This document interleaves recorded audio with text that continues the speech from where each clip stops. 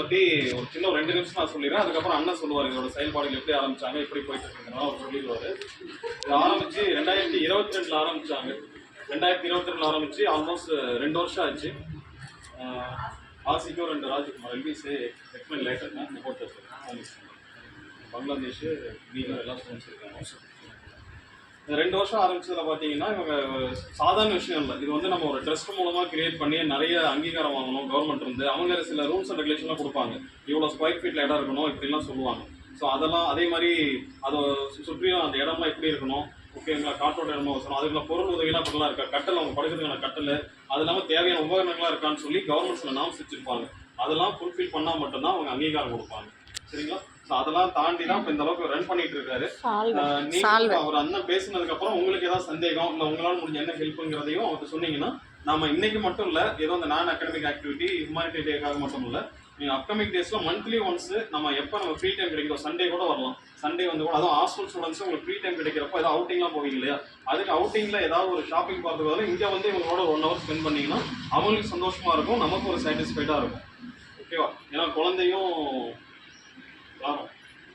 பெரியவங்களும் ஒன்று, தெய்வமும் ஒன்று தான். இவங்களும் குழந்தையும் பெரியவங்க மாதிரி தான், அவங்களும் கடவுளுக்கு ஈக்குவலானதான். ஸோ அதனால் எப்போல்லாம் உங்களுக்கு டைம் கிடைக்குதோ அப்போல்லாம் வந்து எங்களோட டைம் ஸ்பெண்ட் பண்ண ட்ரை பண்ணுங்கள். ஓகேவா? இப்போ அந்த பாசம் அறக்கட்டளையும் பாச இல்லத்தை பற்றி நம்ம குமார் அண்ணா ஒரு 2 நிமிஷம் பேசுகிறோம். எல்லாத்துக்கும் வணக்கம்மா. வணக்கம். நான் முதல் தொடங்குறதுக்கு உண்டான காரணம் வந்து நான் ஒரு ஹாஸ்டல் வளர்ந்தேன். ரொம்ப சிரமப்பட்டு அந்த கொஞ்சோண்டு சாப்பாடுக்காகலாம் நாங்கள் நானும் எங்கள் வீட்டுக்காரமாக ரொம்ப ஏங்கிட்டோம். அந்த காலகட்டம் குழந்தைங்களை கூட்டிகிட்டு ஒவ்வொரு வீடாக போவோம். எங்கள் வீட்டிலலாம் வந்து எங்கள் சொந்த பந்தம்லாம் எங்களை புறக்கணிச்சாங்க எல்லாருமே. ஏன்னா அன்றைக்கி நாங்கள் ஏழைங்க அப்படிங்கிறனால அன்றைக்கி நாங்கள் ஒரு முடிவெடுத்தோம், வாழ்ந்தால் ஒரு மக்களுக்கு ஒரு பிரயோஜனமாக வாழணும்னு சொல்லிட்டு ஒரு முடிவெடுத்தோம். இன்றைக்கி வந்து நம்ம பெரிய ஆள் ஆகிட்டோங்கிறனால நம்ம சொந்த பந்தங்கள் எல்லாமே நம்ம தேடி வராங்க. அந்த வீட்டுக்கு நாங்கள் போகிறதில்ல. ஏன்னு சொல்லுங்கள்? நம்மளை ஏழையாகிறப்ப மதிக்கலை, இப்போ நான் பெரிய ஆளுனா மதிக்கணும். என்ன பிறகு மனசனை பார்க்கணும். எல்லாரும் வந்து இந்த மைனச்சங்கிலி இந்த வெள்ளை சட்டையும் தான் பார்க்குறாங்களே வழியே மனசனை யாரும் இன்றைக்கி தமிழ் மக்கள் பண்ணுறதில்ல. நீங்கள்லாம் வெளிநாட்டிலேருந்து வந்துருக்கீங்க, உண்மையான உங்கள் கலாச்சாரம் அப்படின்னு தெரியல. தமிழ் கலாச்சாரம் ரொம்ப மோசமாக போயிட்டுருக்கு. மனுஷனை யாரும் மதிக்கிறதில்ல. இவங்க எல்லாருமே ஆதரவற்றவங்க, யாருமே இல்லாதவங்க அவங்க. இப்போ கவர்மெண்ட்டும் வந்து எந்த ஒரு சலுகையும் அவங்களுக்கு அந்த 1000 ரூபாய் கொடுத்து அந்த 1000 ரூபாய் உங்களுக்கு என்ன பண்ண முடியும்? நம்ம எல்லாம் ஒரு வாழ்க்கையில் இருக்கோம். 1000 ரூபாய் 1200 ரூபாய் கவர்மெண்ட்டில் கொடுக்குறாங்க. எல்லாமே இவங்க சொந்த வீட்டில் இல்லை, வாடகை வீட்டில் இருப்பாங்க. அந்த வாடகை கொடுக்க முடியாது. அவங்க எப்படி சாப்பிடுவாங்க? எந்த ஒரு கவர்மெண்ட்லேயும் எந்த ஒரு இதுவும் நம்மளுக்கு எந்த ஒரு இதுவும் இல்லை. இது செய்கிறதுக்கு நாம் செஞ்சாலும் தடுங்கள், நிறைய பிரச்சனைகள், ஏகப்பட்ட பிரச்சனை சந்திச்சிட்டேன். இவ்வளோ தான் இல்லை, நான் ஒவ்வொரு சர்டிஃபிகேட்டும் வாங்குறதுக்கு ஒவ்வொரு ஆஃபீஸும் நானும் எங்கள் வீட்டுக்காரமாக ஏறி இறங்கின காசு இருந்தால் இன்னொரு முதியோர்களும் கட்டிடலாம். இவ்வளோ செலவு பண்ணியிருக்கோம். இப்போ நாமக்கல் என்ன கிலோமீட்டர் வருது உங்களுக்கு? 80 கிலோமீட்டர். ஒவ்வொரு ட்ரிப்பும் நாமக்கல் வாங்கலாம். கார் எடுத்து நாங்கள் போனால் ஒரு நாளைக்கு போனால் 2000 ரூபாய் எங்கள் செலவு எல்லாம் போகுது. எங்களால் சமாளிக்க முடியல, இவ்வளோ பிரச்சனை கொண்டு போயிட்டுருக்கோம். ஆனால் ஒரு 4 மாதம் மீன் நான் க்ளோஸ் பண்ணிடலாங்கிற ஐடியாலாம் எடுத்துட்டோம். வேண்டாம், நடத்த முடியல அப்படிங்கிற மாதிரி. நான் இவங்க மாதிரி நண்பர்கள்லாம் நிறையா வந்து இல்லை நீங்கள் இவ்வளோ நல்லா சுத்தமாக தான் பண்ணிட்டீங்க, 3/4 தாண்டிட்டீங்க, பார்த்துக்கலாம், கொண்டு போங்கன்னு சொன்னதுனால கொண்டு போயிருக்கோம். இல்லை இப்போது எனக்கு போன வாரம் கலெக்டர் ஆஃபீஸில் மீட்டிங் கொடுத்தது ஒரே வாரம் சொன்னாங்க. என்ன சொன்னாங்கன்னா காலேஜ் ஸ்டூடெண்ட், அதுக்கு முதல் நீங்கள் தான் வந்திருக்கீங்க, நன்றி. மாதம் முதியோர்களுக்கு முதல் காலேஜாக வந்து இவ்வளோ தூரம் பண்ணுறது நீங்கள் தான் இருப்பீங்க. உங்களால் இன்னும் பல காலேஜுகள் தகவல் போய் இது வந்து பார்த்தீங்கன்னா வாடகை பில்டிங் இருக்கும். மாதம் 1.5 லட்சம் ரூபாய் எனக்கு செலவாயிட்டு சுகராக ஆகுது. கரண்ட் பில் 18,000 ரூபாய் வருது, வாடகை, கேமரா ரீசார்ஜு, டிவி ரீசார்ஜு, மாதம் 5 கேஸ் ஆகுது, 4 சிப்பு 5 சிப்பு அரிசி ஆகுது. அரிசி ஏதோ பருப்பு நம்மளுக்கு கிடைச்சிருக்கு, மற்ற எல்லாமே எனக்கு கையிலேருந்து தான் போகிறேன். இது நாங்கள் டொனேஷன்ட்டு நாங்கள் வசூலுக்கு இது வரைக்கும் நான் போகலை, இது வரைக்கும் எங்கேயும் போகலை. இப்போ நம்ம இடம் வாங்கிடலாம் அப்படின்னு சொல்லிட்டு முழு முயற்சி இறங்கியிருக்கோம். ஏன்னா நாங்கள் வந்து வாடகையே எப்படி கட்டிகிட்டு இருந்தால் என்னென்னு கேட்டிங்கன்னா, உண்மையை சொல்லணும் அப்படின்னா நாங்கள் இதுக்குள்ளே என்ட்ரி ஆகிறப்ப எங்கிட்ட 10 டாடா ஏசி ஓடிச்சு. இன்னைக்கு ஒரே ஒரு டாடா ஏசி அத்தனையும் விற்றுட்டேன். எங்கள் வீட்டுக்காரம்மா 13 பவுன் போட்டிருந்தாங்க கழுத்தில், செயினில், எல்லாமே பேங்கில் இருக்குது. அதுக்கு உண்டான ஆதாரம் தான் எங்களுக்கு இருக்குது. இன்கம் டேக்ஸ் பதிவு பண்ணி 28 வரைக்கும் வாங்கியிருக்கோம். வருஷம் 35,000 ரூபா இன்கம் டேக்ஸ் கட்ட சொல்கிறான். எதுக்குன்னு தெரியல. நான் இது வந்து மில்லுகள் வச்சு நடத்துகிறேன்னா இது என்ன எனக்கு புரியல. கவர்மெண்ட்டில் என்ன எதுக்காக கட்ட சொல்கிறாங்கன்னு கட்டுறோம். வேறு வெளியெல்லாம் கட்டிகிட்டு இருக்கோம். இவ்வளோ ரொம்ப பண்ணிகிட்டு இருக்கோம். அதனால் நீங்கள் எல்லாருமே கொஞ்சம் எங்களுக்கு வந்து இந்த ஃபேஸ்புக் வாட்ஸ்அப் நாங்கள் படிக்கல, உண்மையாலுமே நான் படிப்பறிவு இல்லை, நீங்களாம் படிச்சிருக்கீங்க. நீங்கள் நிறையா கொஞ்சம் இதில் விளம்பரங்கள் உங்களுக்குள்ள ஃப்ரெண்ட்ஷிப்புக்குள்ளே உங்களுக்கு மற்ற காலேஜ் ஃப்ரெண்டுங்க உங்களுக்குள்ளே இருக்கிற ஃப்ரெண்டுங்களை சொன்னீங்கன்னா கண்டிப்பாக நீங்கள் செலவு பண்ணுற செலவில் ஒரு 100 ரூபா, ஒரே ஒரு 100 ரூபா மாதம் உங்களால் முடியும் கண்டிப்பாக. ஏன்னா எனக்கு மீட்டிங் கொடுத்தவங்க அதான் சொன்னாங்க, ஸ்டூடெண்ட்டு பார்த்து நினச்சா எதை வேணால் சாதிக்க முடியும். அதனால் ஏன்னா நான் இது மட்டும் இல்லை, இன்னும் 5 பசங்களை படிக்க வச்சுருக்கேன். ஒருத்தர் வந்து SM காலேஜ் போகிறான், 2 அன்பு காலேஜ் போகிறாங்க, 2 பேர் தான் +2 முடிச்சிருக்காங்க. இதை நான் இலவசமாக பண்ணிகிட்டு இருக்கோம். ஏற்கனவே ஒரு அம்மா எங்கள் சமையல்காரம்மாங்க சரி லட்சுமிமா வாங்க, இந்த அம்மா வந்து கர்நாடகாவிலேருந்து தப்பிச்சு வந்துடுறாங்க. அந்த பொண்ணும் அந்த அம்மாவும், அந்த பொண்ணை நாங்கள் தட்டு எடுத்து அந்த பொண்ணை நாங்கள் படிக்க வச்சுட்டு இருக்கோம். அந்த அம்மாவை நாங்கள் வேலைக்கு எடுத்துருக்கோங்க. இந்த பாப்பா கர்நாடகாவிலேருந்து வந்திருக்காங்க. இது எல்லாமே எங்களுக்கு கடமை. இது என்ன கிடையாது, நம்ம அவங்களுக்கு யாரும் ஆதரவு இல்லை, ஸ்டேஷன் மூலிமா நம்மளை படிச்சிருக்காங்க. இப்போ அவங்களுக்கு நான் தான் பண்ணிகிட்டு இருக்கோம். இந்த மாதிரி நிறைய விஷயங்கள் நான் பண்ணுறோம். இப்போ பார்த்தீங்கன்னா ஒரு 3 மாதம் முன்ன ஐயாட்ட சொன்னேன், ஒரு குழந்தைக்கு 2 கிட்னி ஃபெயிலியர், நம்ம பாசம் குரூப்பில் போட்டு 1,80,000 வசூல் இருக்கோம். இதுதான் சேவை. யார் என்ன கொண்டு வந்தேன், என்ன கொண்டு போகிறோம், நான் இதை கொண்டு வந்தேன், இதை கொண்டு போகிறேன்னு சொல்கிறது ஒருத்தர் யாராவது ஒருத்தர் சொல்ல முடியுமா? கொண்டு போக முடியாது. ஏன் இருக்கிற வரைக்கும் இந்த மாதிரி எல்லா விடங்களும் செஞ்சுட்டு போவோமே. இதில் ஏதாவது மாட்டுக்கிறது இருக்கா சொல்லுங்கள் ஐயா, உங்களுக்கு ஏதாவது இல்லை? உண்மை அதுதானே, நாங்கள் எதுவும் கொண்டு வரல, எதுவும் கொண்டு போகல. ஏன்னா இன்றைக்கி உலகம் அப்படி போயிட்டுருக்கு. அதனால் தயவு செஞ்சு நீங்கள் எல்லோரும் சப்போர்ட் பண்ணுங்கள். இது வந்து நீங்கள் காலேஜ் ஸ்டூடெண்ட்ஸாக நினைக்கல, என் குழந்தைய நினச்சி நான் கேட்குறேன். ரொம்ப முயற்சியில் வந்து இப்போ இடம் வாங்குறதுக்கு உண்டான ஏற்பாடுகள் பண்ணிகிட்டு இருக்கோம். 1 கோடி ரூபா எஸ்டிமெண்ட்டு, ஆக மொத்தம் 18 லட்ச ரூபா கடனில் இருக்குது பாருங்களே. ஏன்னா இப்படியே போச்சுன்னா ரொம்ப சிரமத்தை கொண்டு போயிடுவோம். அதனால் கொஞ்சம் எல்லாம் நீங்கள் முடிஞ்ச அளவுக்கு சப்போர்ட் பண்ணுங்கள். எனக்கு ஐயாட்ட எனக்கு ரொம்ப பிரபையா ரொம்ப எனக்கு சப்போர்ட்டு. பரவாயில்ல, எனக்கு உண்மையாலுமே இந்த மாதிரி நண்பர்கள் கிடைச்சிக்கிறதுக்கு கொடுத்து வச்சுருக்கணும். மெயின் அதுதானே, நட்பு தான் முக்கியம். நான் வந்து இது நடத்துறதுக்கு உண்மையான மெயின் காரணம் என்னோடய நண்பர்கள் மட்டுமே. ஏன்னா நாங்கள் ஆரம்பத்துலேருந்து சேவை தான். எனக்கு வந்து நானும் வீட்டுக்காரமோ எங்கிட்ட வந்து யார் எது கேட்டாலும் இல்லைன்னு சொல்ல மாட்டோம். எங்களால் முடிஞ்ச ஒரு 5 ரூபாயாக கொடுக்கும் அந்த மாதிரி. இப்போ நாங்கள் இது வந்து இங்கே முதியோர்களுக்கு சாப்பாடு போகிறோம் நினைக்காதீங்க, வெளியிருந்து நிறைய வந்து வாங்கி போகிறாங்க.